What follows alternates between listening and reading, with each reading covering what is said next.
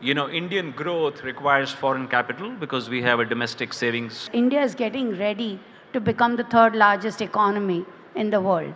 The world is, globally connecting. The corporations are more globally connected. The capital is flowing across, boundaries. Is there a 2 crore population out there which wants personalized services, high quality wealth advice, account services outside India, remittance services, etc.?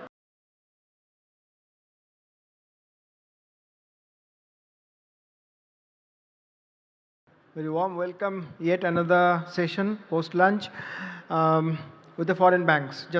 We heard the public sector bankers, we heard private bankers, but now we have the foreign bankers, a very, very critical component of Indian banking system.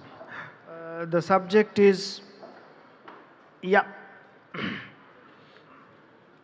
before that, the profile of the foreign banking in India, it's very simple. There are about 45 banks. I'm not getting into the number of branches, etc., but their market share is around 7%, right? I'm talking about the assets. I'm giving the RBI numbers. In the next 45 minutes, we'll explore that the India opportunities, how you have been exploring, exploiting, whatever you're saying, that everybody talks about India is the happening place. We are talking about different numbers where the economy will grow. We are talking about everything about India, and all of you do talk. But actually, how much you are using to your advantage? That's what I want to know. But before that, the 4 banks which are present here, just a quick, their history is among the 4. Citi came is 1902 to India, is the most global among the 4 banks, if I'm not mistaken. You are about 100 odd countries you are there. HSBC, there are 2 ways. I'm not very sure what is the right thing. The first branch in 1867 in Kolkata. But before that, if I take into account the Mercantile Bank of India, which you took over, that's 1853. So which way you look at it, HSBC is here from 1853 or 1867. It's up to you. Also, you have the credit of getting the first ATM in India, 1987. Barclays, first branch, 1990. Correct? Yeah. And 2007, you entered into retail, and then 2011, you said no more. Before that, English Premier League, lot of advertisement and everything you did. And Barclays actually globally is very, very interesting. I mean, I was going through that. Is the first, you did first funding of the industrial stream railways in 1819. And globally fast ATM, Barclays brought in 1967. And finally, Kaku, your bank, Bank of America, is here from 1964. So these are the 4 banks' profile. Beyond that, we are not going to say anything else. And now we are discussing that foreign banks. What is the key to success on the Indian turf? I'll start with you, Ashu. You're the most global of the banks and all. This is an old story, but last year, like many other banks also, you thought, or your global leadership thought, that retail is not your cup of tea in India. Get into the corporate bank. I mean, stick to corporate banking. Yes, of course, it's profitable. But don't you think that India actually offers many more opportunities which you are missing out by not being there? Tamalda, thanks for inviting us here. And I think there is no question that India is probably the opportunity in the world. And I think Citi, we see it the same way. I think, as you said, we've been here since 1902. And obviously, we have been the largest foreign bank in the country. And despite the consumer bank sale, at least for 23-24 reported RBI numbers, from a revenue perspective, we were still slightly larger than Mr. Dave. So we have a very rich heritage in this country. I think the question, to my mind, is not about opportunity. The opportunity, you can do everything in the world, right? But I think it's a question of where, as a company, you decide to put your investments and your focus. And I think for us, as we've said before, exiting consumer business in India was a global decision. So it wasn't about India. If anything, I would have said India would have been an exception. But we thought if we have to look at a sustainable competitive advantage where we really add a differentiated value to our customers, that's really our institutional businesses. the reality is, retail banking is increasingly becoming more and more a domestic businesses in most countries in the world. Technology has been a great leveler. Indian private banks and even some of the public sector banks have done a terrific job. Their cost of capital in India, just given the multiples, in India, relative even to global multiples, is low, which means their cost of capital is low. So I think and also consumer banking, it gave us a lot of branding, and I know a lot of you were customers and people loved the brand, but it was less than 1/3 of our revenues, and I'd say less than 1/10 of our profitability. So our corporate business was already the more dominant business, where we continue to see opportunities. And I think at a very basic level, Indian growth requires foreign capital because we have a domestic savings. So if you take that very basic thesis that we need foreign capital, that foreign capital can come in either through FDI, which is all the opportunity around China plus one, supply chain diversification, and India is obviously playing its role. You compete with other countries, but India has a pretty strong proposition. And there's the FPI flows, whether on equity side or debt side. And I think as global banks, and this is not only for Citi, I think I speak perhaps for my colleagues on the platform, we add value in bringing that capital in with either our corporate customers or investing customers. We take Indian companies out. And I think that, and then of course you try and add value in a number of other areas, investment banking, again, speaking for us, we have been traditionally very, very strong. This year, by far, we are number one. I mean, if you look at some of the largest IPOs, Hyundai was, of course, the largest ever in India, the largest globally this year. Swiggy, so investment banking has been an area of real strength and scale.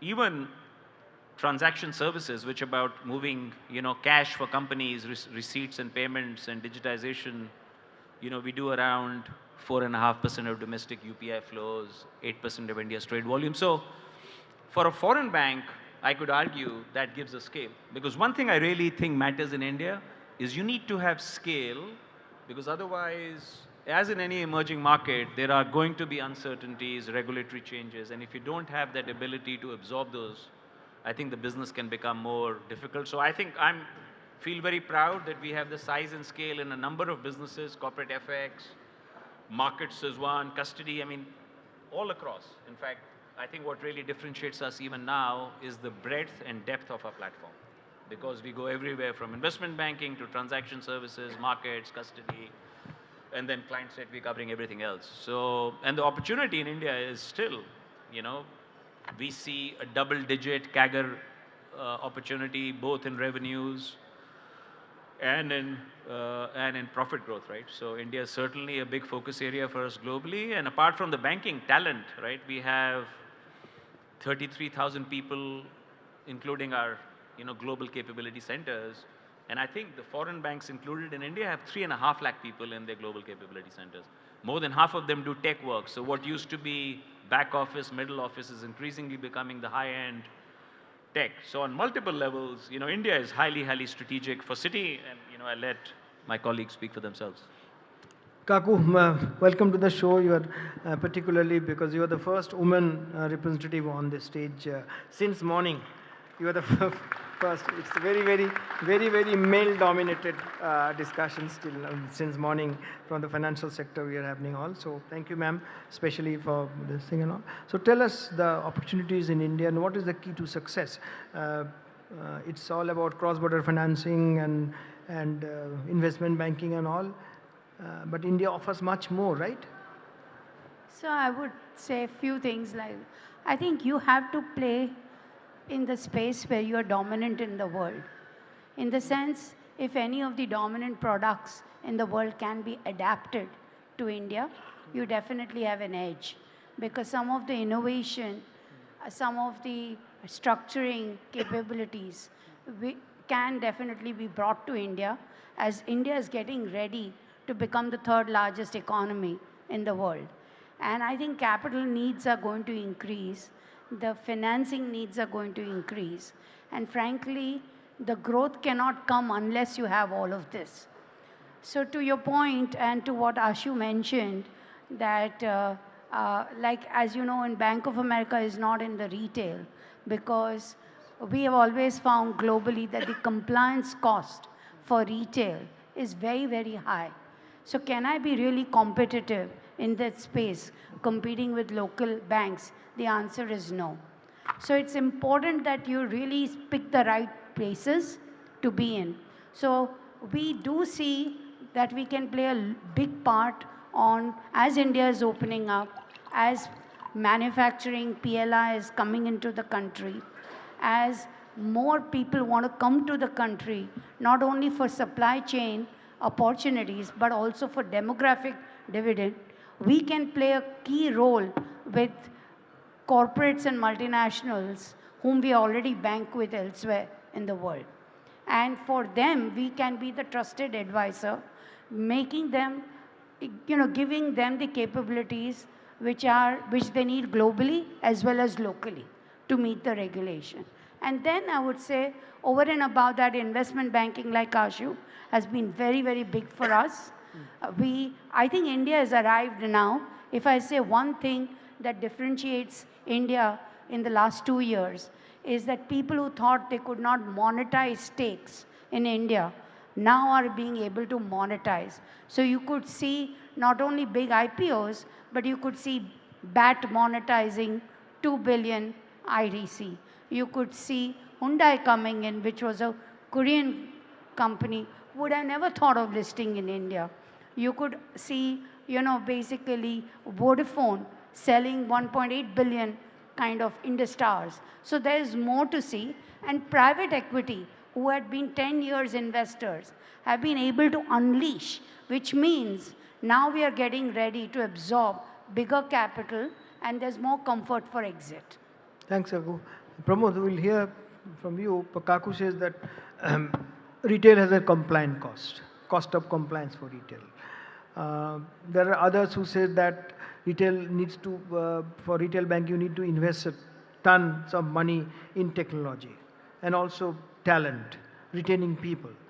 But if you see structurally, all the Indian banks, I'm just saying the local banks, they have undergone a transformation over the past 5-6 years, which are all very corporate loan heavy. Balance sheet is now into retail.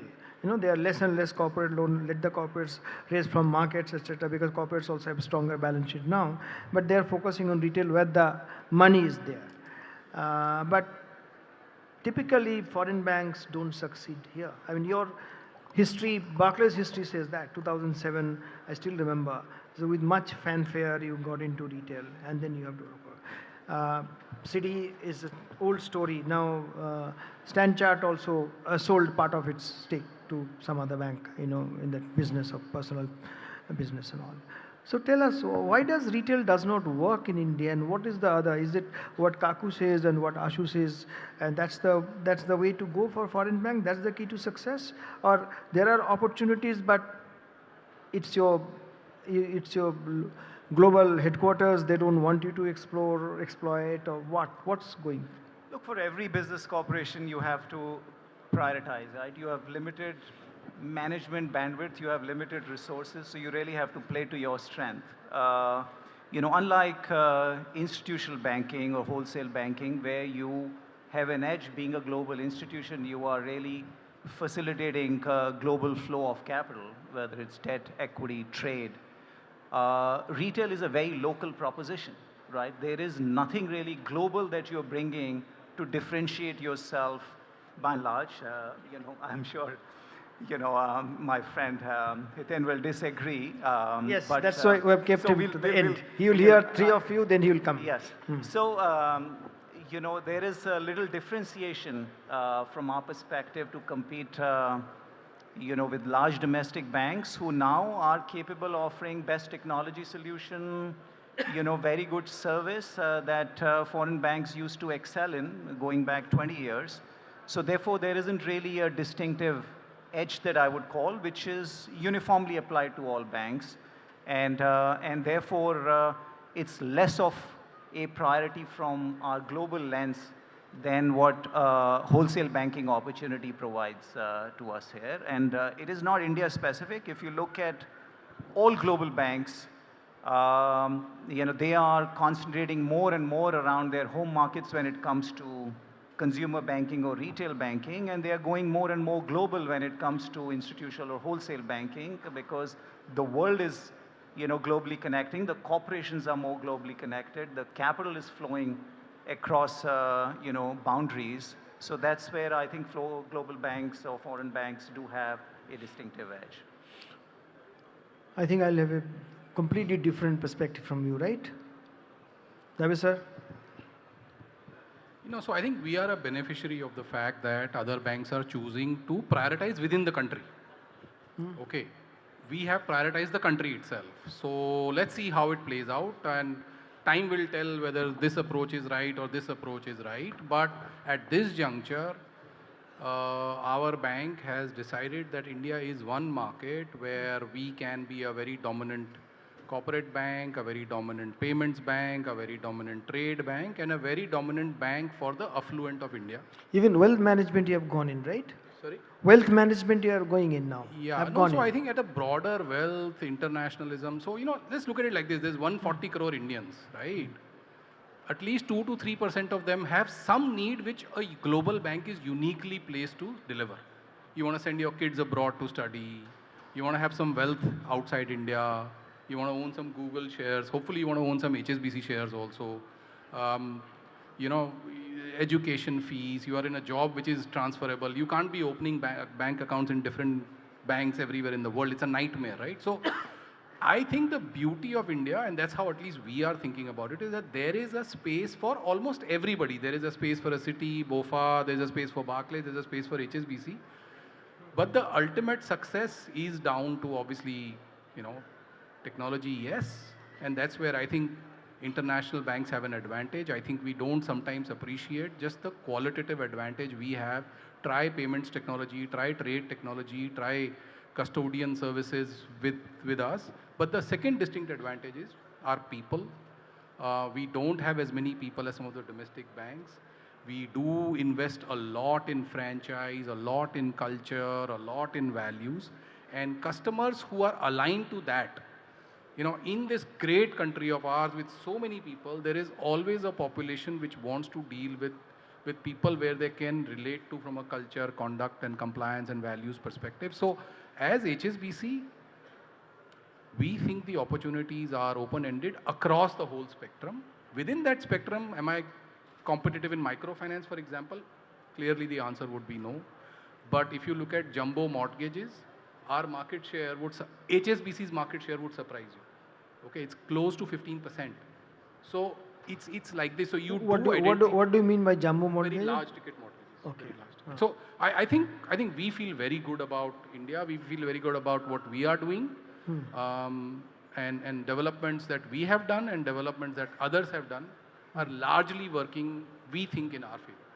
And the fact that they don't see values in the retail because they can't add much value here compared with the local banks here. So that's an advantage for you because other foreign banks are not there. I'm saying, see, if I wanted to compete with a domestic bank for a domestic RTGS or IMPS payment or something, there's no unique advantage I bring. In all probability, I'll charge the customer more for it. But for, like I said, of this 140 crores, is there a 2 crore population out there which wants personalized services, high quality wealth advice, account services outside India, remittance services, etc.? And yes, that customer base is usually also a very strong corporate executive or a business. So therefore, you are able to transfer the goodwill from the wholesale side to the wealth side and the wealth side to the wholesale side. And we do experience that a lot more in the more recent past. Okay. Ashu, coming back to you, your transaction is already over. I mean, the local bank taking over your retail business already over, right? So now what are the new, is it certain new things that you are focusing on, the city from now onwards? Yeah, I think it's really, the opportunity, as we talked about in India, is incredible, right? Every customer we speak to, and I'll say globally, at a board level wants to have an India level strategy.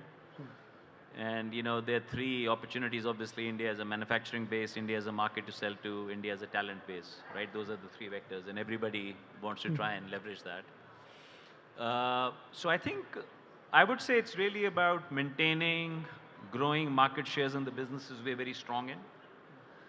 which I mentioned to you earlier. I mean, investment banking is one, transaction services, markets, corporate FX, equities. The businesses which we are trying to grow more in, I think commercial banking, which is really middle and emerging corporates. And I think there again, what we are focused on is names where we can add value, either because these names want access to global network, foreign trade, or digitization as a way to improve their operating efficiencies. I do not have an ability to go and compete in Jharkhand and, with an MSME there. That's not what I will add value on. But that's a very fast-growing space. And within that, the whole technology, internet, consumer tech, med tech, all kind of tech stories in India, the entrepreneurship story in India. India is now the third largest number of unicorns after the US and China. So I think the whole strategy is you want to try and bank them early, and then as they grow, they go global, they want to use a network, they want to go and raise capital through equity markets, you want to do an IPO, they probably want to get acquisitive, you want to do their trade finance, you want to do their payments. So it's a whole cycle. And frankly, if we didn't invest in growing that commercial banking segment, you're going to be left with a very narrow pool of large corporates. Because one of the things, and it's just the reality of India, is I think the large corporates are just getting bigger because they have an ability to access capital, talent, technology. And therefore, I think strategically, it's very important for us to grow that pie. And then, of course, the foreign, it's kind of our raison d'etre, handling the more corporate clients, foreigners who come in, I said, both on the corporate side and investor side. And the other opportunity, now, given the whole India opportunity, I think a lot of Indian corporates kind of see that they want to play the India opportunity first. I don't think anybody's going to go around putting flags around just to conquer the world. But there are opportunities. Bharti is the second largest telecom player in Africa. There are lots of chemical companies which are very cheap in Europe right now. And you'll see some of Indian clients looking at opportunities also to acquire. So I think all these opportunities are going to be great opportunities for us to grow. So like I said, feel super excited about the opportunities ahead for us as a bank, and I think our management is very excited. So I think all to play for, Tamalda. So the exiting retail actually has not affected your approach to India? No. Not at all, right? I mean, like I said, we're consolidating our resources. Pramod made the same point. It's about where you want to put your chips. We made a decision to put those chips where we think we have a sustainable competitive advantage. Kumar, I mean, you took that call more than 10 years back. You saw that you tried it out, retail, but it don't. So what's the new India story that you are exploring, exploiting? What's the key to success? I mean, you are a successful banker in India when it comes to profitability and all. But in terms of the bouquet of products, is there any possibility of growing is more? And I think we'll do more of the same, given the opportunity that India offers. So our plan continues to grow our investment bank, the corporate bank, and even our private bank or wealth management business. So we've decided to concentrate on these, and the pie is large enough for us to continue to sort of grow here. Outside of that, we don't really intend bringing in any new or launch any new business per se. Looking back, of course, what went wrong? I mean, why did the retail thing, the experiment with retail with so much of fanfare, why didn't it work, you think? Look, I think the decision to get into retail for us, I would say in hindsight, not well timed. It was pre-crisis. Capital was abundantly cheap. 2007. 2005, 7, and then leading up to crisis. There was a very different view amongst all the global institutions of the world and of our clients. And there was as I said, liquidity was available, it was cheap, and I think banks and global institutions, a lot of them took more aggressive bets. But clearly, as I said, from our perspective, we didn't really have a differentiated proposition for our clients, and therefore it didn't work, and we decided to kind of call it quits sooner than just dragging that out and concentrate more around our wholesale bank And last, I would say 10 odd years have been, years of consolidating that and growing that very profitably. So in hindsight, took the right decision. 2011, you sold it off, yeah. That's right. Everything. That's right, yeah. Yeah, Kaku, just tell us about the India products and the opportunities India offer, and how do you actually use them? No, so to your point, I think we Or are. would you just like you to continue to be a niche player, making money, good bottom line? That's the story. No, so we definitely will continue doing more of what we have been doing. We definitely have a very good footprint in Americas, and a lot of American clients are coming here. And we definitely have invested in the last 8 to 10 years on products that allow us to bank them better. But more than that, we have also entered some of the lines which are still smaller, but we plan to grow, is on the distressed debt market. That's a market which will grow. We've had good success in the last 2 years, and there's more to come. The other thing is sustainable financing is another thing that globally we are focused on, and that can become a big chapter because India is going to continue on ESG irrespective. And we need to build those skills over a period of time. One must not forget that foreign banks in India have to keep aside a lot of capital because it's not only that 1% capital charge is higher, but we are the only country where we have to put systemic important another 3% odd capital over and above. So whatever business we do needs to keep in mind the profitability. And I think the success of all of us, if I can say, is doing more cross-sell and mining the clients deeper so that you can become more profitable. Because ultimately, for a foreign bank, they have multiple places to invest.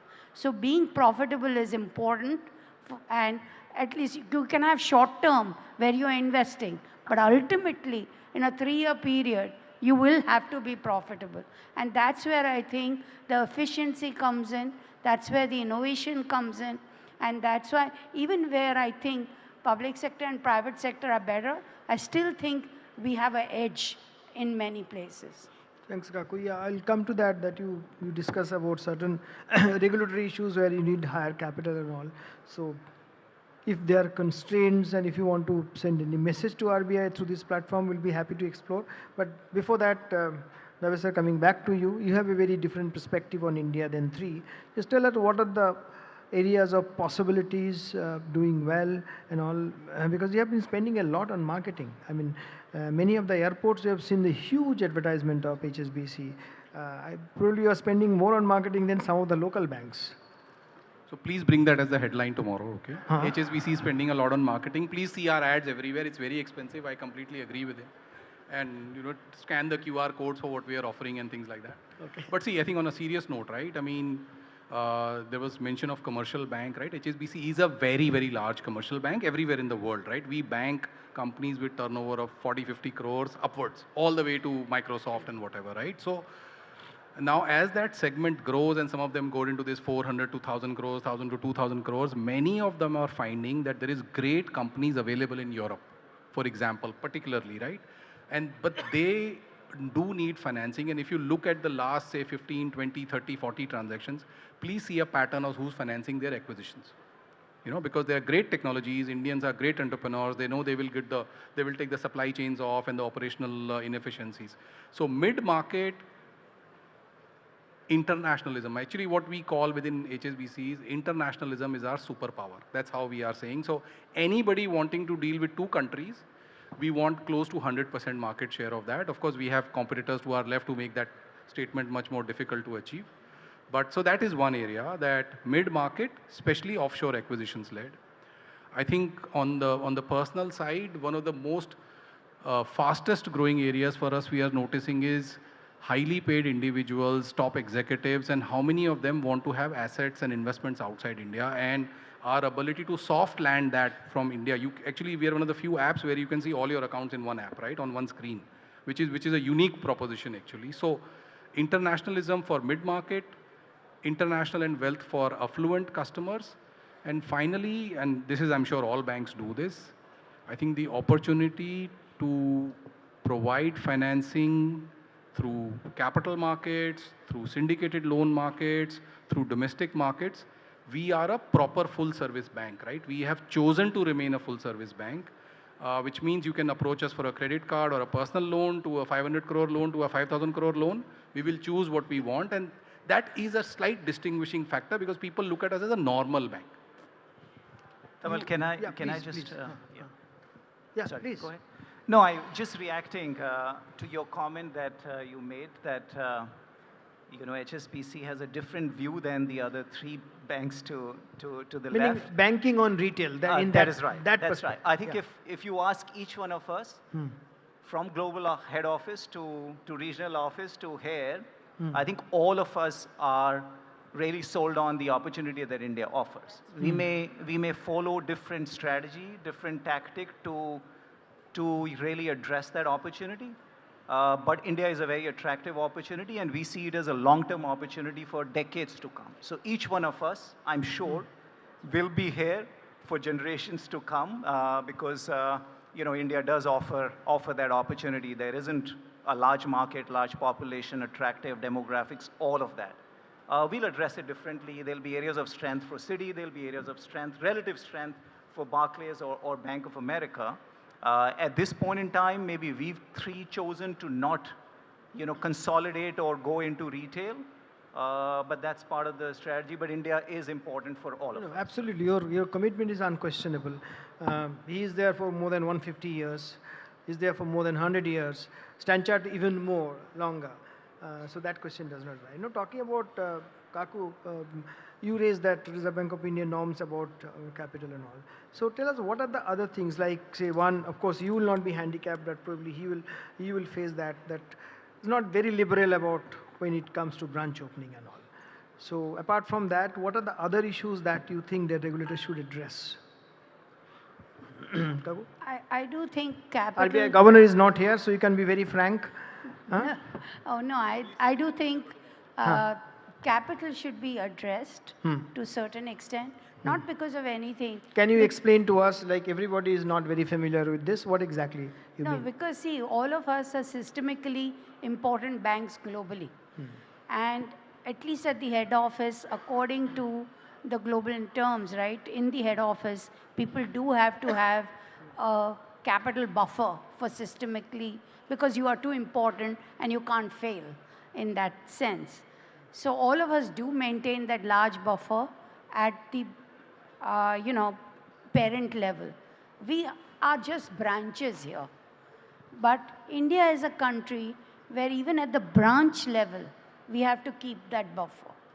I don't see that in our rest of Asia. So when I'm competing for capital internally, that always is a buffer which any bank will, look into. Having said that, we are very profitable because India, I think, talent is humongous. And as you cross mine, the profitability is important. I think for each of us, we are very important to the Asia's revenue numbers and the net profit level. But this is one place, I think if India is to go through 5 trillion, we are going to need all pockets of capital, and we should use this capital. And the only other thing I would say is, our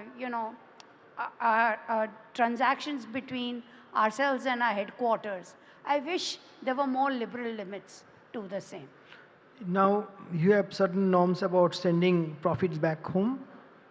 We have not sent anything because we are all investing in the country, and I don't intend to send also for some time. Okay, but you wanted to say something? No, I just not on the capital, but I just thought, we are there, as you said, 170 years, 100 years, whatever number of years, right? Everybody's been around for a while. I think this foreign bank thing is about time.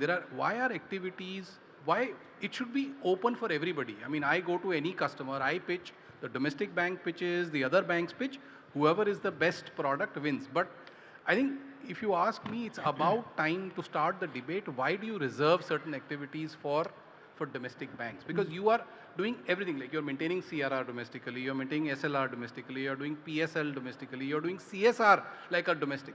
So you're doing everything domestic, but yet certain parts of the business you can't do. And therefore, I have to get my customers to open accounts with other banks just because I am kept out of certain activities. So you are being treated like a stepchild. No, not like a stepchild. We want to be treated like a domestic. We are, for all practical purposes and intent, except our shareholding. I mean, the shareholding of some of the domestic banks is 60, 70, 80% international, right? So I think it's about time where you say, listen, let everything be open for everybody.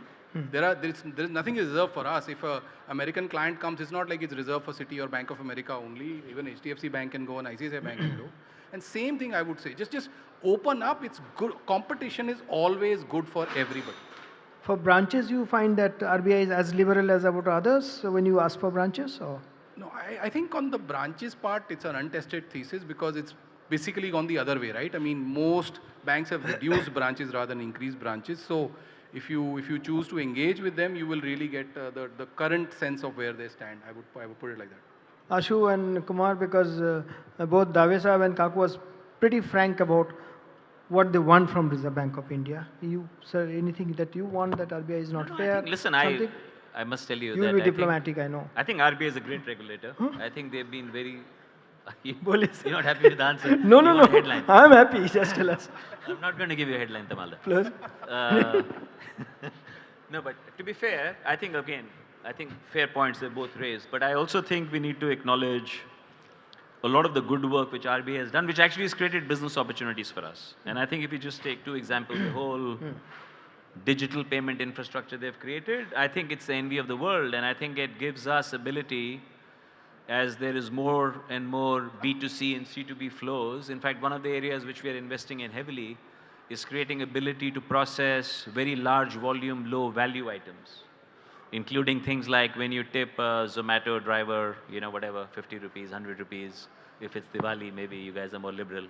But that instantly gets credited to their account, and that needs investment in a lot of our payment system processes, which we're doing. And India is one of the areas which we are actually bringing a lot of our global technology and investment to make sure we have capacity to handle this transition which is happening in the payment space, right? You got to give credit to RBI. I think how they've liberalized the ability of corporates to hedge their exposures through options, more flexible derivatives, again gives us an opportunity. And again, as foreign banks, global banks, I think we have an ability to bring some of our global expertise to the benefit of our customers. So yes, there are things they do, which is about automating, which is good for the system. Now, the cost of that transition sometimes can be expensive, especially if you're a global architecture like some of us are. I don't have a core banking system which can be quickly done by Finacle or whatever. That's just the way our model is. But I think to be fair, I think RBI has been, I think they're fair. I don't think they pick and choose. And I think we've got to acknowledge all the positives they've done for the economy. Kumar. So if you support him, there'll be tie, and I don't have any casting vote, I can't say. But both Kaku and Dave think that RBI is, I'm not putting words in your mouth, should be fair, which it's not. Huh? Okay. So Ashu is very happy with RBI. So tell us, Kumar. No, Tell I us. think if you, on the panel here, I think all of us are very happy to be with RBI. You have been No, influenced with him in the by chosen him. areas of, of our business, we don't really find any limitations really from the regulator. Yes, of course, as a global institution, the cost of compliance, the management time and bandwidth that goes in it is something that we have to take into consideration, but no particular disadvantage to call out from our point of view. Okay. Now I'm asking you a very elementary question about regulation here. No?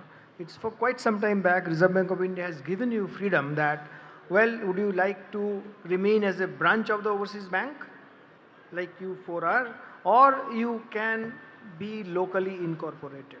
And the moment you are locally incorporated, which Dave says, you will be treated on a par with local banks. It commit the SLR, CRR, regulatory requirements, or branch opening, everything else.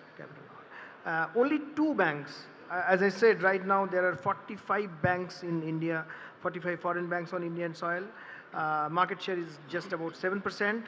but only 2 banks have taken the advantage of this. DBS and DBS, of course, also Reserve Bank of India allowed it to take over a local bank, that Lakshmi Vilas Bank. Now it's a locally incorporated bank, DBS. And second is the State Bank of Mauritius. But rest of them, nobody. So can you give us a sense, we don't know, why do you don't want to be locally incorporated?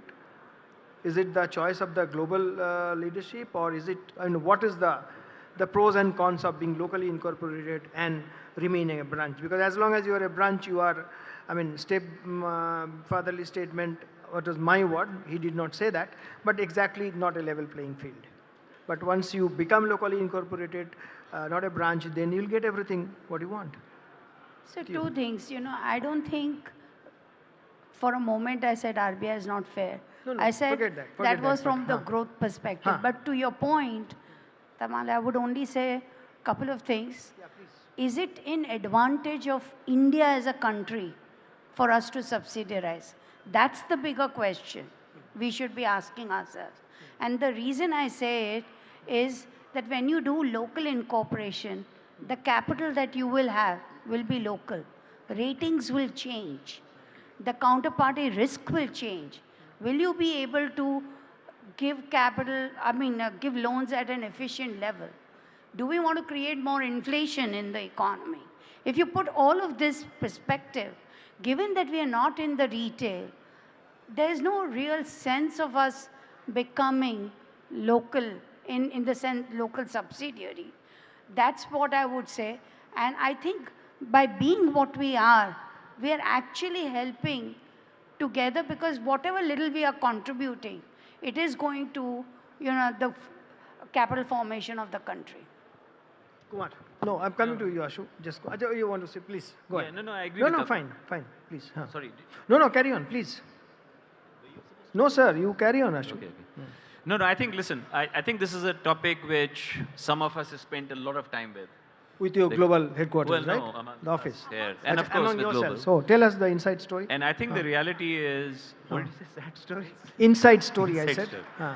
What you discuss, what I are the just pros don't- and cons? yeah. So I think in reality, we are regulated like a local bank in terms of priority sector obligations, in terms of the exposure we can have with our head office and other branches, in terms of CRR, SLR. There is absolutely no advantage to us as being a branch. The advantage actually is to customers, and I would argue the Indian economy, because as Kaku, it gives you ability to give common global documentation standards. It gives our customers benefit of our parent rating, which is higher than the sovereign ceiling which India may have. It gives you benefit to more easily integrate some of our tech systems. And frankly, the cost to us would only be, I think the governance and the board requirements, etc., become more onerous. So, and then tax-wise, actually, we have still got a tax disadvantage, right? But the reason that despite that, we are all choosing to remain branches is because I think it's going to be detrimental, frankly, for our clients to not have the benefit of facing off our parent ratings. So I think this is, frankly, from my perspective, a non-issue. I do not think the country pays any cost at all for us being a branch. Dave, I mean, since you are so much of focus on India and all, I mean, is there any, like you said, that discussions with your global office or local incorporation? Is No, that no, I think I'm sure all organizations go through reviews of entity structure, not just in India but every other country. At this juncture, whatever we want to do in the country, international bank of the country, helping people go abroad, helping non-residents come to India, etc., etc. We, at this juncture, our current legal entity structure, which is that of a branch, is not a constraint at all. Okay. If it gets to a point where it's a constraint, and I'm sure that's true of everybody, that we can't tap into the wonderful opportunity that this market offers, then I'm sure each management will review. But at this juncture, a branch structure allows us to exactly what we want to do. I'm sure there are some, some second order, third order constraints that come in, but there are other ways to sort those out than to have a incorporation. At this juncture, I think whatever we want to achieve, our branch structure is allowing us to achieve. Kumar? Yeah, I would agree with all my co-panelists. Foreign banks don't necessarily enjoy any regulatory arbitrage or benefit per se. We comply with all the obligations. There are certain markets, certain opportunities that are kind of not available to us. But I think for all the reasons that you've heard, we've chosen that branch operations is best for our customers and for our business. Yeah. Thanks. We have just 1 minute left, so I'll ask each of you to say maybe one sentence. So, like at some point, you used to say that city never sleeps. That was the slogan in India. If 2 years down the line, or even next year, we are again meeting here and all. So tell us just one sentence each that the key, the thing is that what is the key to success in India? All of you are successful and all, but anything new that we do not know and you are permitted to discuss, to tell us anything new you can expect from you, starting from you, be it product, be it process, be it anything else.